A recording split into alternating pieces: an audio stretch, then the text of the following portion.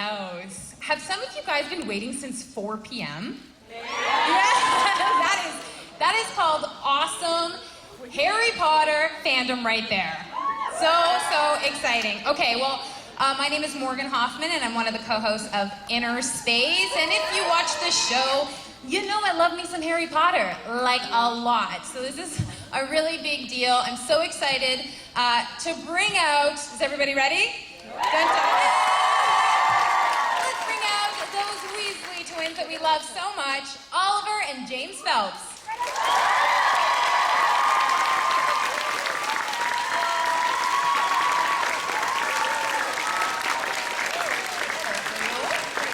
Evening, hello. We lost one. Oh, there he is. He's always late. Hello. There's a lot of people in here. Hello, over there. And here, and there, and there. There's lots of them. I know. So just so everybody knows, guys, introduce yourselves. I mean, that was a joke. That was a joke question. But I mean, your names, because you are twins and you guys look so closely. Okay. I am James Phelps. Hi, I'm Oliver Phelps, his brother. Yeah. All right. We probably won't sit down. Oh, great. You can. No! Are you kidding me? I want to be cool like you guys. We just kind of like to wonder. So, cameraman gets really annoyed. Sorry about that. No, that's great. I'm going to ask you a few questions. Just, how close should I be to you guys? Whatever you want. Okay, I'm all mixed up now. I'm just kidding. Okay. How's your Fan Expo been so far? It's been really good, thank you. Yeah. Really good. Thank you very much for coming, first and foremost, guys. Yeah, we've had a really great day. Everyone's been very friendly, and it's the Canadian way, so that's always nice. But yeah, it's been really nice, and everyone seems to be having a good time. But the running theme is, well, so you're here all weekend, and the ones who are, like, yes, tomorrow's going to be hard. Yeah. So thank you for coming today. We're having good fun, so yeah. Cool. Now, are people surprised when they meet you? Like, have you had anyone yet say, like, where's your red hair? Yeah. Yeah, right? A lot of that. We get, normally we hear, you're a lot taller than I thought you'd be. Are you really English? And then, the other one a lot of people hear is, oh, you dye your hair, my life's a lie. I daren't tell them we didn't actually fly broomsticks as well. Send them over the edge, but never mind. What was that process like for you, all those years dyeing your hair? I mean, are you just so thankful you're au naturel right now? I'm just thankful I've got hair. Yeah. No, so we're 14 when we first started doing the movies, and one of the first things we did when we were given the part, we told 3 friends that we were in the film. That was it, no one else, and their reaction was, no, you're not. No, we are, no, you're not. So we then went down to the studios for a read-through, which is when the whole cast get together and read through the script for the first time. And then after that, we then went and did a hair and makeup test. So they basically just painted some ginger on. And it kind of worked, but not really. It didn't work at all. So they said, well, would you be up for dyeing your hair? Yeah, why not? Went back to school. Yeah, we're in this film. No, you're not. So then a week later, we go down to the studios again, had our hair dyed, I can remember looking in the mirror like, oh, red. And then I went to school the next day, and I got there on my own because I was a bit late. Never be late to school. And as I was going in, there was some, up at a sixth form, slightly, 17 or 18-year-old guys going to school, and these 2 girls were like, I swear I used to have brown hair. Okay. Walked in, and then my mates who I told I was in this film, they're like, okay, you're taking this too far now. No one believed you? They didn't believe me, no, and then... Then we just missed 9 months of school. Yeah, then we just missed 9 months, so yeah. That's amazing. Well, I know that you guys toured to so many different countries with the Harry Potter exhibition, which is amazing. I mean, what was that like for you? You know, the fan base obviously is so strong in so many countries, but I mean, this is worldwide. What was that like for you guys? But it was great to come to Toronto 5 years ago. Yeah, we were really lucky to be invited to these different places, and I I think that it's only when you do that you appreciate how big it is throughout the whole world. And it was really cool because North America was the first stop on the tour. So I wasn't just saying it, but when we came to Toronto, it was quite cool because they spoiled us rotten. We were able to go check out the Leafs play. We saw the Raptors play, and then, but we weren't watching sport. We were like doing promotional stuff. Went to the top of like the tower and all that, and then went down to the Falls and went to a nice winery, which went down really well. So yeah, in the short, I think we were here for 5 days or so at the time, and we sampled quite a bit of what Canada has to offer in that. Nice. Well, I know this isn't Montreal, but did you try poutine? No, I've only heard about this today, but we've got a similar thing in England, but it's not called poutine. It's not even sounding that nice. It's actually just cheesy chips and gravy. Oh. No, we're pretty picky about the gravy, and it has to be cheese curds. Okay, somebody get these boys Yeah, some if poutine. anyone can Please, do that, Dad. that'd be great. But no, I did actually get to see quite a bit else of the country as well. So we saw, as I say, went to Montreal before I came here, 'cause I've never been there, so big up to anyone from over there. And then last year, James and I were, or the year before, James and I were able to go to Calgary and Edmonton. Unfortunately, we did it in November, so that was really fun. Amazing. If I was going to go back, it would be in the summer, because I'm sure it's beautiful in the summer. It's very beautiful in the summer. I mean, I wish it was as long as the winter, you know?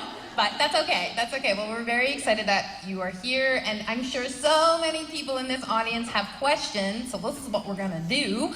We have Gordon right over here, and we also have Stefano right over here, so if you guys have some questions, I see the running. Please line up and we'll get to you guys as quickly and wow. Let me tell you, I've been doing panels for a few years and I've never seen this before. This is fantastic. Run. Oh my gosh. Wow. It's better be good questions. I was going to say, are we going to have a massive tug of war or something in a moment? Snape's getting involved. Gordon, you ready? Okay, you guys start off. Hey. Nope.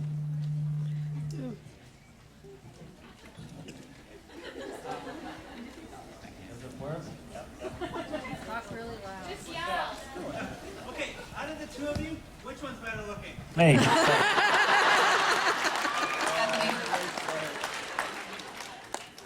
Begin. Right.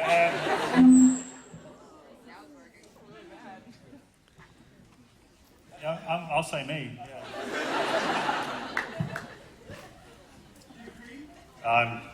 We're identical twins, so.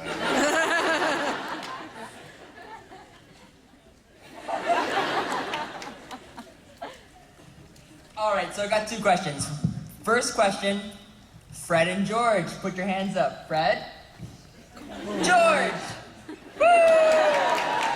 All right, so second question. Your favorite shenanigans pulled on set during the actual filming of all of the Harry Potter in general. What's your most favorite shenanigans? Right, well, unfortunately, we're before 9 p.m, so the warsheds, there's a few what can't be told. But, fortunately, playing jokers, we could always joke about and get away with it. Oh, we're in character, sorry. I think the one what I remember was when we had one of the makeup girls, who was a trainee. She pulled a prank on us one day. I can't remember what she did, like something. Look at her, great, that was it. So I thought, okay, how can we get them back? So we had a hiatus, a 6-week hiatus, and she went away to the coast in the UK. But she wouldn't shut up about where she was going to this, going to Nuki, which is like a surface beach. So okay, great. And I was so happened to be there a week before she was there. So I found out the address of a car park where she was staying. Anyway, cut long story short, we mapped out a full script of like where she parked her car, and called her up, pretending to be from the car parking agency. Basically informed, and we recorded this whole conversation, and basically informed her, by the way, we only get in touch, it's your car registration plate, yes. Right, well, my job is to get in touch with you because your limit has just exceeded £1,000. We need to speak to you. And this is a 18-year-old girl who's just left school. First job, and she's an apprentice. So It's on an internship, she's not getting paid. She's not getting paid for it. So we basically just said to her, well, look, I'm really sorry, but we're going to have to repossess your car if you can't pay it. Yeah.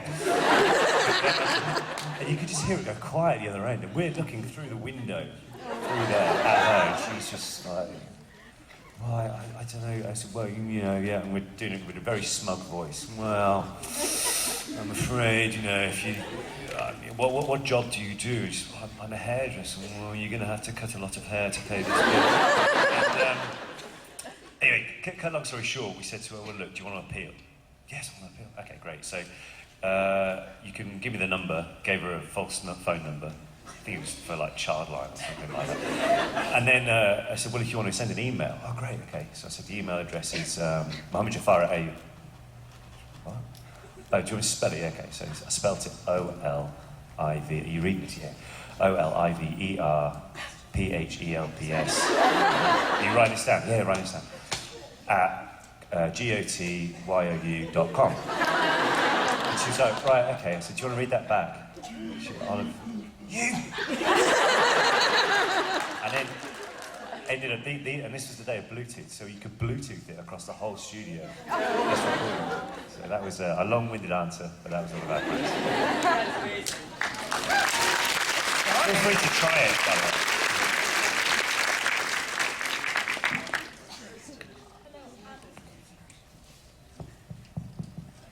Okay, can you hear me? Yes? Okay, hi. I'm a teacher, and I was talking to you guys earlier, and I teach, one of the subjects I teach is English literature, and my students are obsessed with Harry Potter. And I was wondering if you guys would be willing to say a little message to my class as the personas of the Weasley kids. Do you really want the Weasley twins? You really want them to quiz? You really want Fred and George to address students? I mean, study for your exams, but you may not finish them. Just a message. Make sure... No, that's not a good one. Fred and George would say, stay in school. You both got to get in there. You both got to get in there.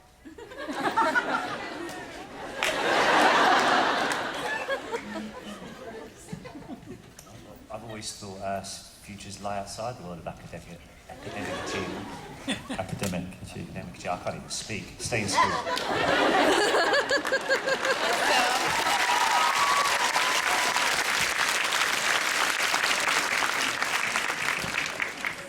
Hello. Oh, wow. So aside from each other, obviously, who has been your favorite member of the cast to work with? No pressure. The other two aren't here, are they? So... To be honest with you, we were so lucky for the huge array of people that were there. Rupert and Tom, we're good mates with them anyway, so they were always good laugh to work with. Adult-wise, as it were, when we were filming, Julie Walters, who played our mum, and Michael Gambon, they were really they were all amazing, but they in particular were really great with us. So, but I can't really give you just him or just her. Like, in general, we had a great camaraderie with everybody. Were there any actors that you were intimidated by? Because they're, these well-known British actors that were working on the set with you guys. Kind of. But only intimidated for literally the first second when they walk in. I can remember when Gary Oldman walked into the hair and makeup bit, I was like... But he's a really nice guy, so that was... Again, they were very good at putting us all at ease, because we were all, just in awe of everybody. But all the adults, I think it just shows a true professional is one who engages with everyone else and puts everyone else at ease. So it was we learned a lot of how to act, and a lot of how to act around and on the set as well. Gordon? Hello. Hello.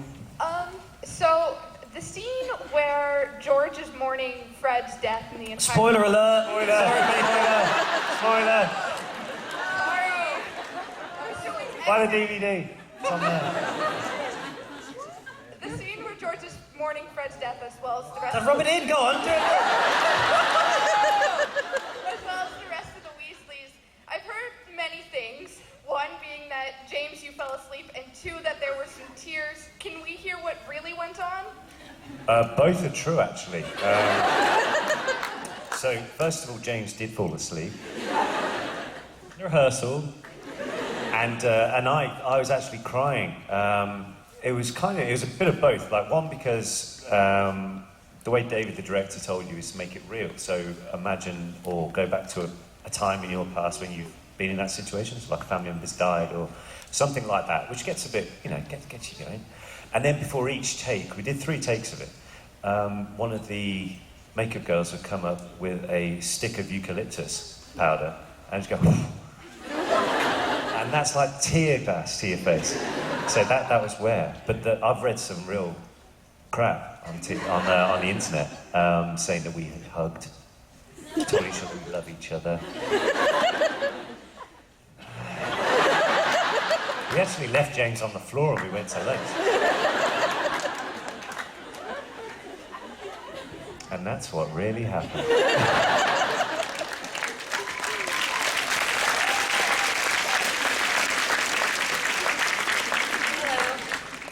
I wanted to know what your funniest or most memorable fan encounter has been. I don't know if they go in the same sentence, those ones. Funniest or most memorable? One was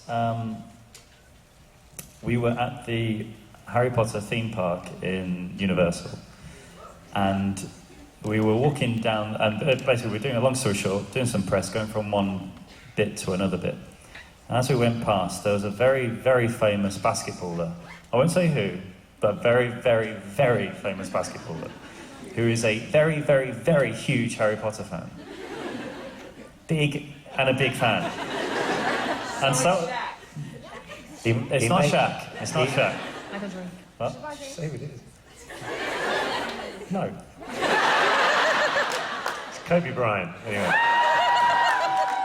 Anyway, he was really cool and just chatted about it. So I was like, this is amazing. And he was, this is amazing. So that was pretty cool. Another one would be, we were filming in Newcastle, which is a town in northeast of England. And we were filming there one day. And at night, a few of us went out to eat. And as we're walking down the road, these girls kind of just walking up the road. Yeah, up right. Walking, and then they clocked Oliver, myself, and a couple of other cast. And then they started to go, oh my God, oh my God, oh my God, and started chasing us. And we started running. So after about 5 minutes, we were all getting tired, and we were like, why are we running? So we kind of stopped and looked, and we were like, hi. And they were like, oh my God, hi. And then they ran off, so then it was, that was quite an experience. Yes.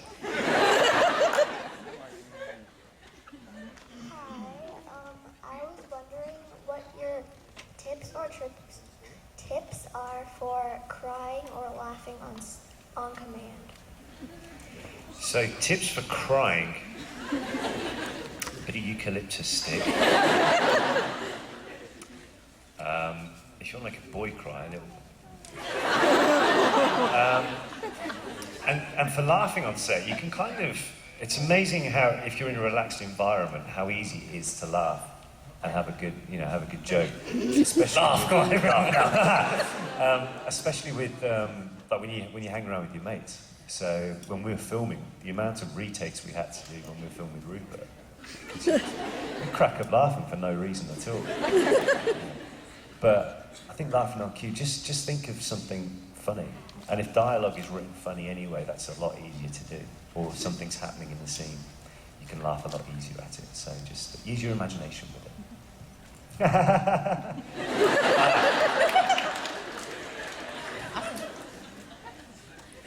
We both had an amazing idea that we would try and get both of you to do a short freestyle rap for everyone. And so I'm into my metal, not really rap, so I can't really do that.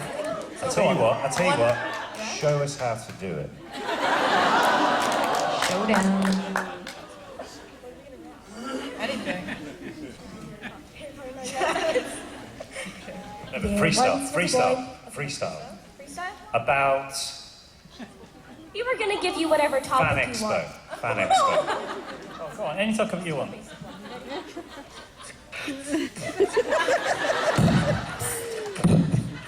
Hey, everyone, we're at Fan Expo. We like it here. It's totally cool, and all the celebrities are here. It's totally awesome. It's totally cool.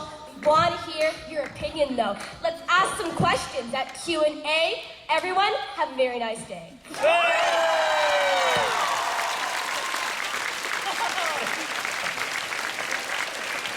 Very good. I can't do that. Well done.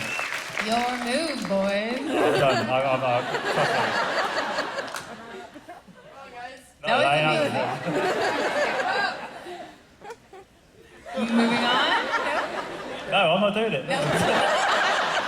You guys are that good. They can't even try. You won. Fantastic. Well Very done, good guys. job, Well done. guys.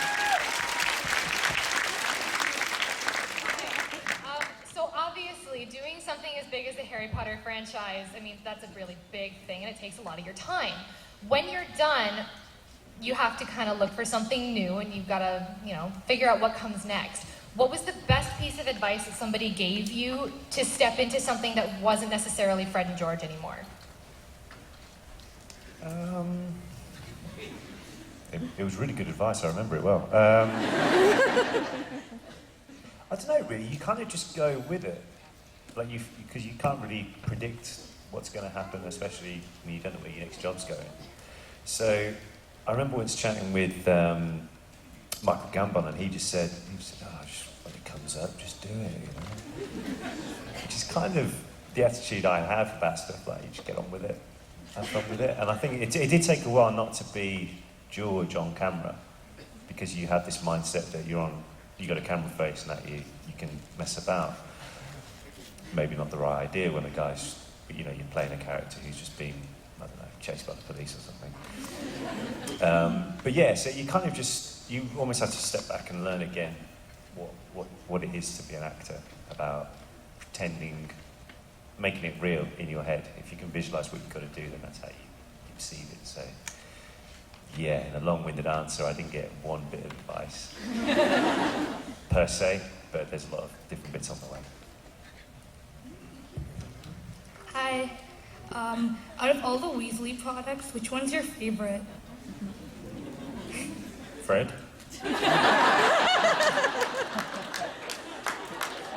Products?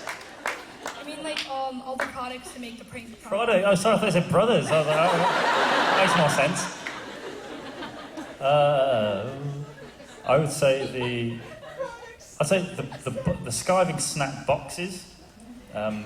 Any product in there would be my favourite, especially the nosebleed nougat. I know you're going to say, you're going to think mine. The nosebleed nougats would be my favourite, because I think that'd be quite funny to watch. Come on. Mine would be from, in the movies, you see there's a big part where they do a pimple removal cream. And I think if I could bottle that and sell it, it would be the best-selling product of all time. I wouldn't even bother with a joke shop. You could open a cosmetic store. Or, knowing Fred and George, they'd sell one what gives you pimples, and then sell another one what does. Yeah, that'd be really good, yeah. Yeah, exactly. My question is did anyone ever mix you guys up on set, and did you use that to your advantage to make any pranks on anyone? Yes, people did mix us up. Actually, Tom was one of the worst, actually, for quite a while. He still is, I reckon. But some of the crew did quite a lot. And there was one little story. There was one AD who was there for the first 4 movies, so that's 4 or 5 years of shooting. And she would say, I don't even remember it, but basically I've got a little mark there where I had chickenpox as a kid. Don't pick chickenpox, anyone. This happens. Or let your brother do it. And so anyway, years later, she said to my dad, oh yeah, James told me how to tell the difference between them, is because he got shot by a farmer when he was a kid, right? With an air gun. And my dad was like, what? No? So for 5 years, this lady thought that I'd been shot by a farmer.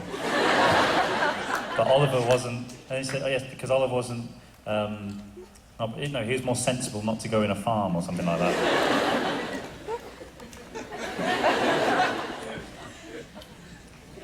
Hi, which one of the Deathly Hallows would you choose?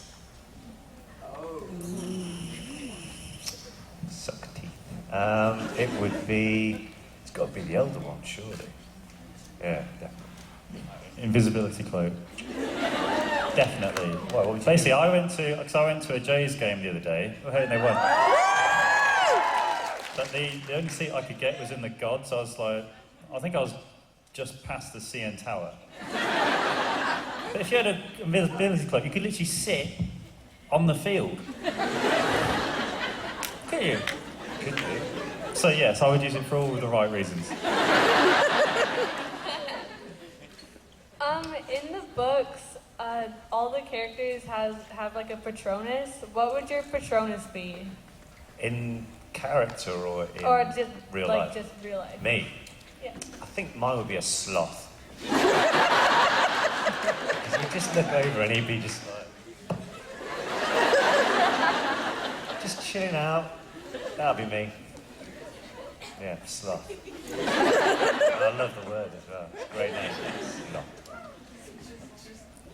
I'd be a hedgehog. Why? Why? Because they're cute.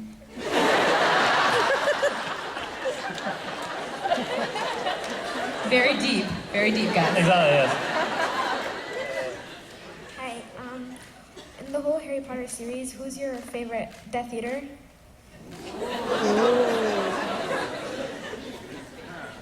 Don't know if I have one. Who's yours? I don't know. I can't remember many Death Eaters. Steve! Steve. I think of when the stories go when Alan Rickman was pulled aside by J.K. Rowling to be given deep, insight to Snape's character. Did J.K. pull you two over to tell you more about Fred and George's character to help you sort of get a subscript for them? Not really. She did actually mention where the characters, who they were based on, as it were, but not really where they're going or anything. The first time I was reading the last book, spoiler alert, if you haven't watched it, yeah. I was reading the book and I thought, oh no, George Lucas is here. Horrible. And then thought at the end, actually, that could have gone a lot worse, couldn't it? But that was the first time I found it. That depth to your brother? No, he found out. It was a quiet day in the Phelps household. Hi, so my question is, from all the magical creatures in the Harry Potter books, I guess, which is your favorite? My favourite book would be The Prisoner of Azkaban. That's my favourite book. And then creatures? And the creature from the Why book. can't I hit that? My favourite creatures.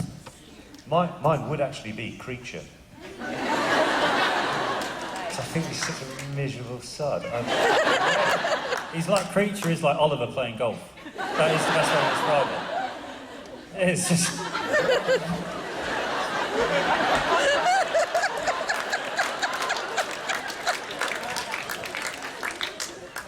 Tell me online. Tell me. No, I was going to say you're like the big spiders playing golf. Always in the trees. Boom, boom, boom, boom. Yes.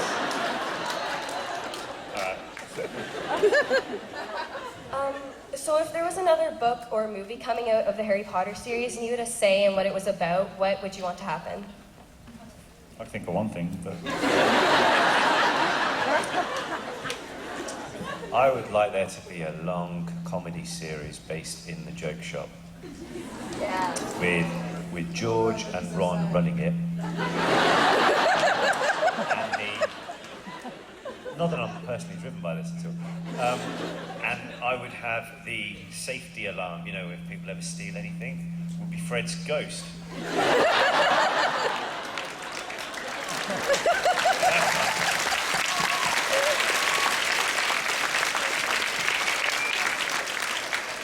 That's it. All right, hi boys.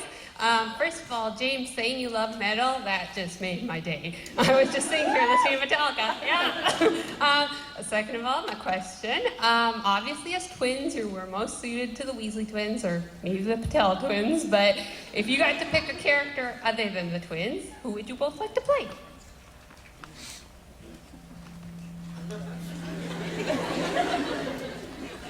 Mine would be Peeves, the poltergeist.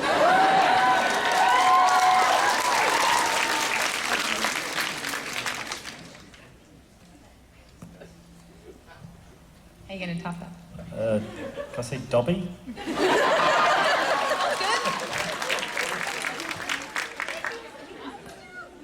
Hi, I was just wondering, because you played the Weasley twins for so long, how much of their character from the book influenced how you are now, or vice versa? I think it depends on what environment you're in, really. Like this type of environment, it's quite easy to drop into that type of character to a point. Don't worry, there's no explosion that's going to kick up here. But yeah, it does seep into you because we were playing these characters from the age of 14, which is kind of when you start learning who you are as a person. And you're being told, just mess about, have fun, got to make these people laugh, do this, do that. So that does seep into your mindset a bit, and that very much, you do get a bit of a, say if there's a sign that says, don't go this way, even though it's clearly the best way to get there. So I think stuff like that is like the characters, isn't it? Or I'm just arrogant. You're just lazy, that's the main thing. See the sloth, that's all it is. For me, it definitely rubbed off because just doing this right now would have scared the living hell out of me back in the day. But when we first started filming, I was very shy and quite, just shy. That's the best way to describe it. And I was always, not sulky, I didn't mean to sulk, but I was kind of like sort of miserable. Yeah, miserable. Not for any reason either. Well, I always remember we were on... Shut up, I'm telling a story.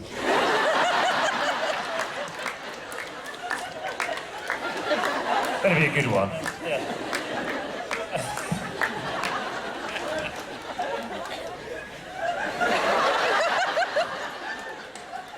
So anyway, I was very shy and very kind of a bit. I say this would scare the hell out of me. And then, but playing the part of Fred, kind of you have to be outgoing because if you're trying to play the class clown isn't the guy in the back kind of just sulking. He's the guy at the back laughing. So that's where I kind of thought I was doing that at work anyway, and I thought I'm going to give this a try in general, and I did, and I'd say it was a great thing to do because I've been a lot more upbeat and I laugh a lot more as well, so I'd recommend it to anybody. You can buy the DVD and the course online, but no, definitely it was, I think just having fun. Like, life's too short to be serious all the time, so, yeah. Good advice. Hi, I just wanted to know what your best and worst moments on the set of Harry Potter were. Let's start with the worst moments on set. No, my best moment would be in the fourth movie when we're all they have the Yule Ball, and unfortunately you guys didn't get to see this bit because for some legality reason they had to get rid of it. But they had the Weird Sisters, and they had a concert in the Great Hall. They had a stage setup bigger than this, and they had basically Radiohead with Jarvis Cocker, and we were like, okay, this is pretty cool. And they played a gig. One take, and they just played all this different stuff, and they said to us, like, start a mosh pit. Just dropping shoulders on people, and then they had Warwick Davis crowd surfing. And we didn't know what was going to happen. They had all these speakers at the back of this, where basically the stages, where all the teachers sit, that was the stage, and they had loads of speakers, and at one point all the speakers started shooting smoke out of them. It's absolutely amazing. In the Great Hall. In the Great Hall. So I'm sorry that it was one of those you had to be there stories, but that was my favourite bit, definitely. Oh, so you leave me with the sad bit? Yeah. Oh, thanks. Make everyone cry. Yeah. I don't know, but I was very fortunate. I didn't really have any sad days, if that makes sense, because we're all such a big group of mates, so we had a good laugh all the time. Did you have the last day? Did I have a last day? You've spoken. Shh. Yes, you've had your say. It was, actually, I'll tell you one. Oh, all right, go on, you take over. I'll tell you one. Sit.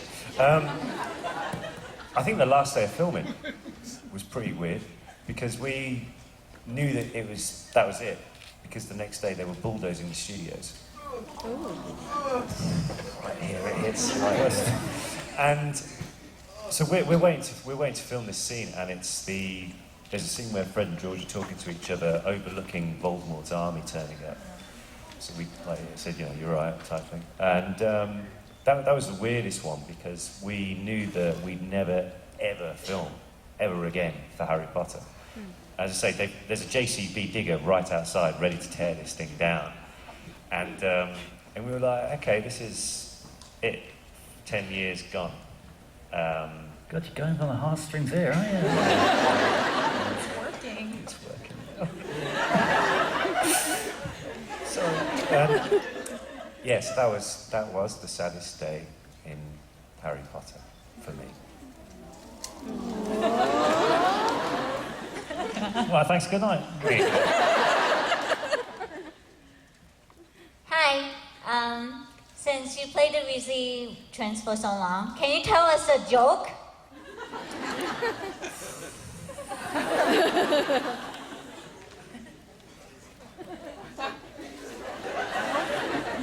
Okay, I heard a really bad, it shouldn't be repeated. Okay, I got one. So, there's two slugs in a race, okay, and the one pulls up and he's really hurt. And they say, and he says, oh, have a look. So the doctor goes up to him and takes off his shirt and says, oh, you're looking a bit sluggish. There's a snail! 2 snails going. No, you said slugs. Okay, come on, make me laugh. Make me laugh. You've ruined it now. Make me laugh.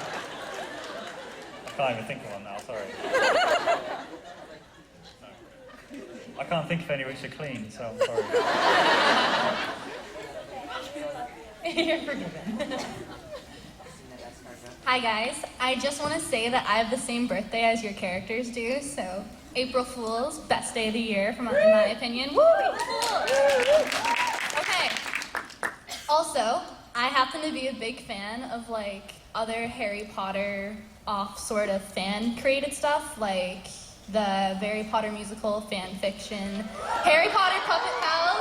Yeah. What's your opinion on that kind of stuff? And if you were to create your own Harry Potter fan fiction, who would you pair together? Oh, this is gonna get good. I'm going to sound really boring and political here, but I don't really read that stuff because I only go on the stuff that Joe's written and all that, so I kind of just use that as what is. And pairing people together, I don't know. That's another joke. Are you thinking? I'm thinking of a joke. Yeah. Oh, okay. No, I don't read that fan fiction. I've learned a long time ago, don't. Yeah, things get weird. Thank you. I'm just wondering, which scene in the Harry Potter films did you have the most fun filming? Loads. That's one answer, done. I would say in the Goblet of Fire, when Fred and George put their name into the Triwizard Cup. That was really fun to do because we got to do our own stunts to a degree. We wanted to do the full way of being held up in the air and then back on the floor. But they said, no, we've got stunt guys for this. I'm like, okay, fine, I'll do that. So they did, and eventually, so we watched the stunt guys do it, and the guy playing me actually dislocated his elbow. So I was kind of like, that could have been me. Step over. And then we went from there, and then Mike, the director, said, right, so you guys have a fight with each other now. And this is when we've had these, like the wigs and the huge grey beards come on. And these things are worth, I'm trying to know what it is in Canadian, let's say 10 grand. Like, Yeah, 10,000 Canadian dollars. And so you can see, and so the director's saying, have a fight, and the Hair Omega people are like, no, don't have a fight. Just hit him on the arm, don't do anything. No. But that was really good fun, and then, but we weren't doing it correctly. And so the director said, right, he wants to fight me, so Oliver's like, all right, I will. And so Oliver literally threw the director of the... No, he jumped on me, and Mike Newell is a big guy. So then Oliver threw Mike off him, and the most important man on the film set, and Oliver broke his rib.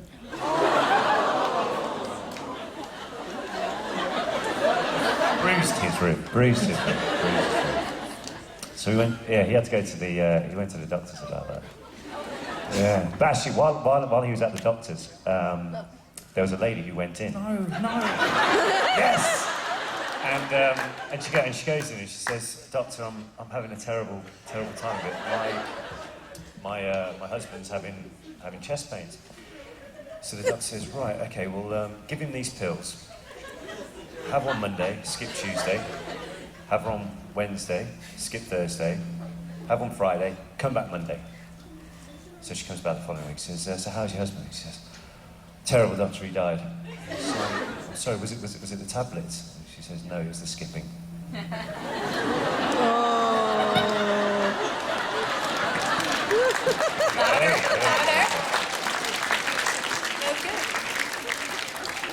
On behalf of the Phelps family, I want to apologise for that effort that was there. But... Okay, yeah. Okay. I tried. Go on, you try. For those who don't know, you guys guest judged a performance, well, a competition on King of the Nerds, which included them going down a zip line with a broom between their legs, aiming paintballs at targets. How did you think of their performance, and do you think you could have done better than them? We had a go, actually. Yeah. Basically, for those who don't know, Oliver and I were on a game show in the UK called King of Nerds. Right? And Oliver and I, they asked, do you want to come down for a day and judge the contestants? And they set up this zip wire where they had to fly down with a broomstick, dumping stuff into targets, is that right? Paintballs. Yeah. It was over a year ago when we did it, so I'm trying to remember. But I remember the one guy got caught up there, didn't he? He wasn't very... Yeah, he was squeaking, he was having quite a high voice. Poor little fella. Yeah. But no, it was good. It was good. I think they did a good job though. It was very fun. But everyone look out for that show if you get to see it. Are you ever sad when people can't tell you apart? Can you tell us apart right now?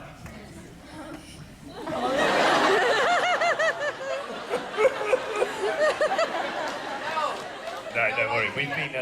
We've been called a lot worse things than "Are you James? Are you Oliver?" So we're kind of used to it. We're 29 now, and my whole life people get used to me thinking I'm James, which sometimes it comes in handy. We have a game sometimes when we go to like a charity benefit dinner. We'll you get an iPad on the table, and you can bid for silent auction prices. And James didn't know it at the time, but we were playing a game. And at the end of the night, James was the proud owner of a huge, it was a big frame full of, I guess you guys had baseball cards years ago, but they were in cigarette packets, like little trading cards. But these were of cricketers from the 1900s, which I got.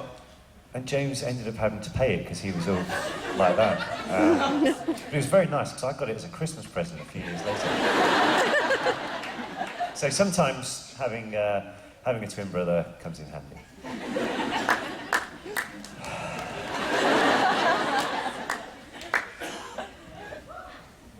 Did you have any specific routine that you did or something weird that you did to prepare for your character? Dyed my hair ginger. And the eyebrows. That was the worst part, actually. The eyebrows were the worst part. Especially if you leave it to an intern. Yeah.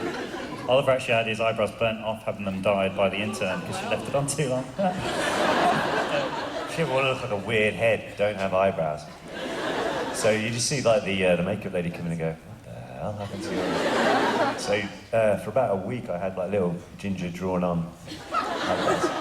It's quite good when you go home because you could do like an angry face.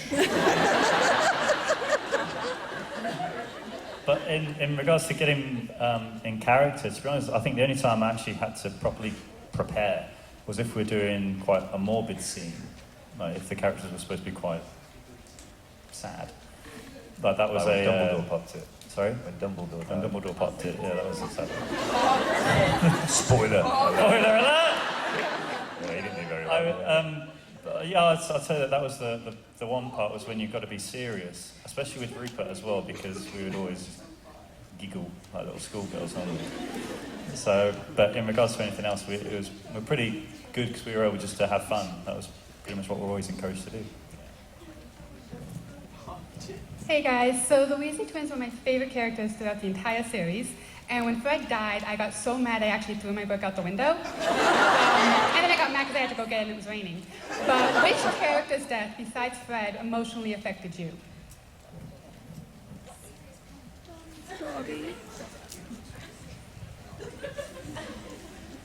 Apart from Fred.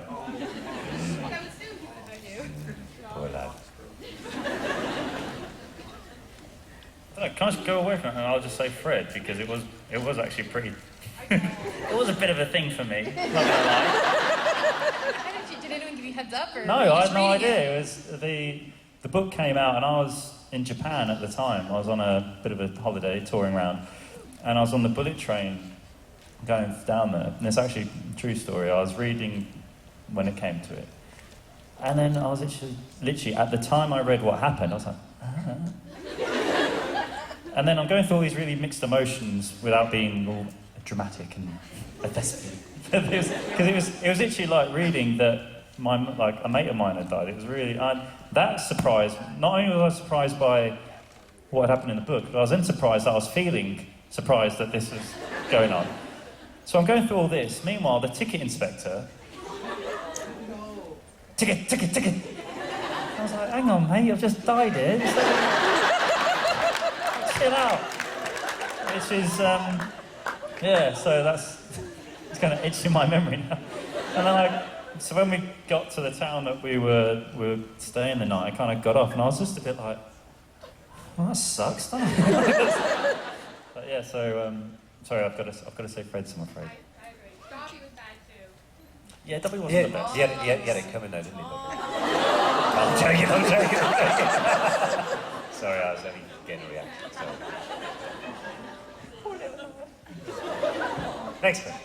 I have 2 questions. The first question is, what is the weirdest thing that you have ever seen a fan of Harry Potter do?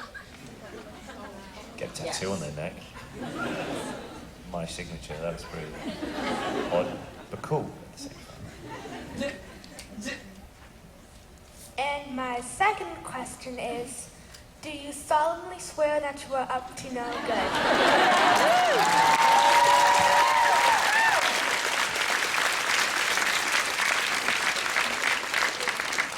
Best question of the day, that, I would say. It's chief managed, man. Yes, I do. Oh, good job. Okay, so I actually have 2 questions as well. And my first one is, did you guys ever switch and play each other's roles on set? And if so, did anyone ever notice? No and no. Okay, basically, we did for a rehearsal of a Great Hall scene, and the camera is looking at everybody in the whole Great, like all 500 people in the room. And Oliver and I were sitting like that, and then we decided for a rehearsal, we'd sit like that. And that was it. That was the only time we ever switched. And we stupidly told a reporter this once. But now, apparently... From a weird student blogging site who wanted to make a story. Well, God knows where it came from. But then, next thing you know, apparently we were caught switching roles all the time and had to reshoot half the second movie. And we got written letters from Warner Brothers and all this stuff. No. So, just to put the record straight, we were very professional. So, yes, unfortunately. Though, we did sometimes fill in for each other if one was poorly on a day. So, that'd be about it. Okay. How did they decide who was going, or who and how did they decide who was going to play Fred and who was going to be George? And then once they decided and you died, did you think, oh, I wish I was George?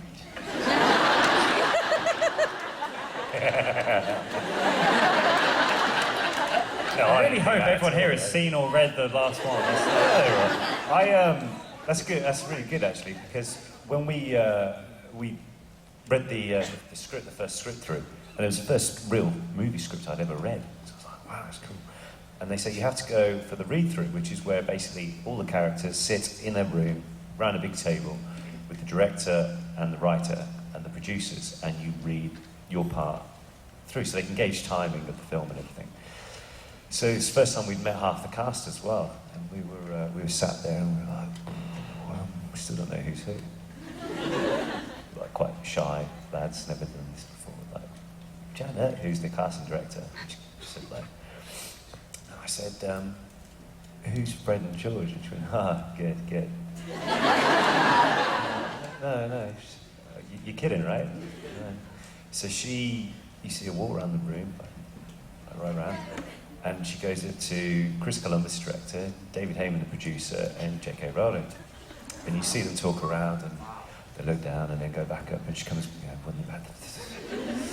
yeah, James, you're Fred, Oliver, you're George. So we like to think that what happened was, oh, can you not remember that massive conference call we had with Burbank? They had to determine who this was.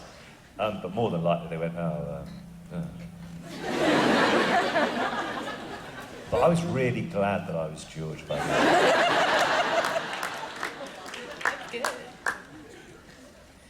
Okay, so you guys had the Marauders map for a while, or Fred and George did. Do you think if you'd had Harry's invisibility cloak, you would have been able to play better pranks, or do you think you did well without it? I don't think it probably would have hurt, but they seem to do pretty well without.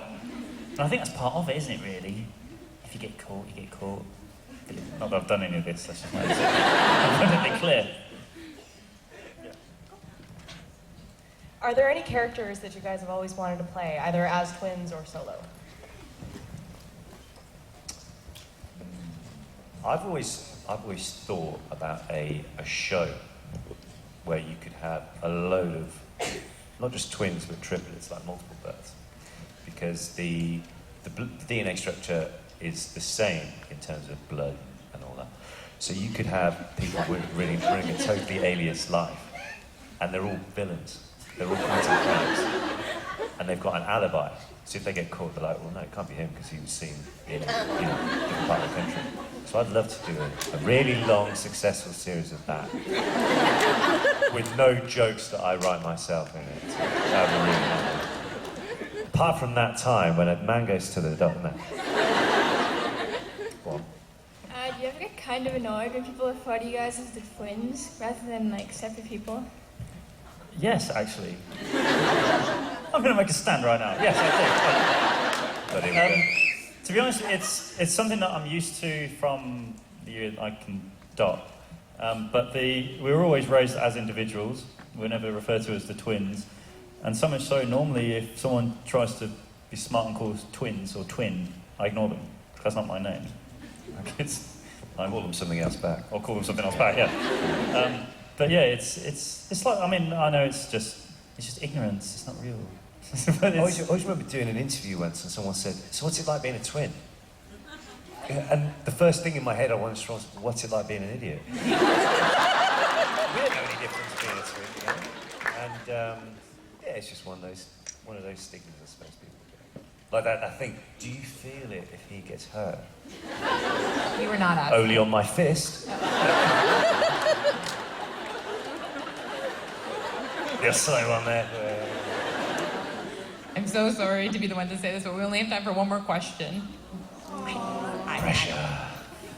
Okay. Hi, so could you just quickly say hi to my sister Caitlin? Is that the question? That's not the question. That's not the That could be question. the last question. Hi, Caitlin. You're right. Hi, Caitlin. Okay. And you said that on the set that you didn't switch places a lot.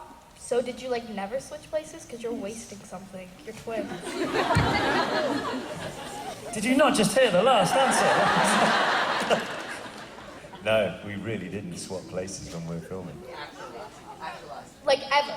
Oh, ever? Do we swap it? Yeah, hell yeah, yeah. Yeah, we always do that. Where you have? Legally, have I ever been James? Yeah, on a couple of times. But the worst one, well, the only thing I can relate to it's not me, so I'm trying to make this interesting now. The guys they were more like Fred and George than we were at our school. Basically, in our year group at school, I think there was 4 sets of twins. So something in the water in our town. And the one guy was really good at cricket, and the other guy was really good at science. And both of their exams fell on the same day, and they both switched. So the one guy who was good at cricket played cricket as his brother, and the other guy who was good at science took the science exam for his brother. But they had a row. Well, the one guy went into school the next day to be told, "Why are you here? You're suspended." So it turns out the cricket player had a row with the umpire. Yeah, so we learned then, never trust your brother when it comes to... Okay, and I was just kidding. We have time for one more question. Hi. She just asked about the other roles, so I'm going to switch it up and say, would either of you ever want to be on Doctor Who? Yeah. Yeah, I mean, I think it's cool when you come to these, when you come to conventions and stuff, you realise that you're kind of in your own bubble, in a Potter bubble for us in these things. But it's only when you come to these things you realise how big other fandoms are and what they mean to other people. And when you see that impact, you can relate to it that, okay, we've had a slight part in someone's life, and if you could be part of it in another sense, that would be good. Maybe he's a really good Doctor Who bad guy. Or 2, really. Good question.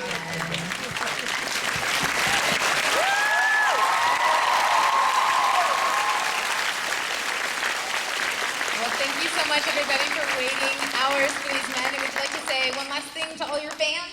Yeah, guys, I just want to say thank you so much for staying late with us tonight. I know it's getting on. It's Friday night. But no, seriously, thank you very much for coming and making us feel so welcome here in Toronto. It's really good to be here, and I hope you have a great rest of your weekend. Yeah, and we hope, and for both of us, we just want to say it's been really cool to share the evening with so many of you. So have a really good day and a good evening, and we'll probably see you all tomorrow. What about it? Take care, guys. Thanks, good night.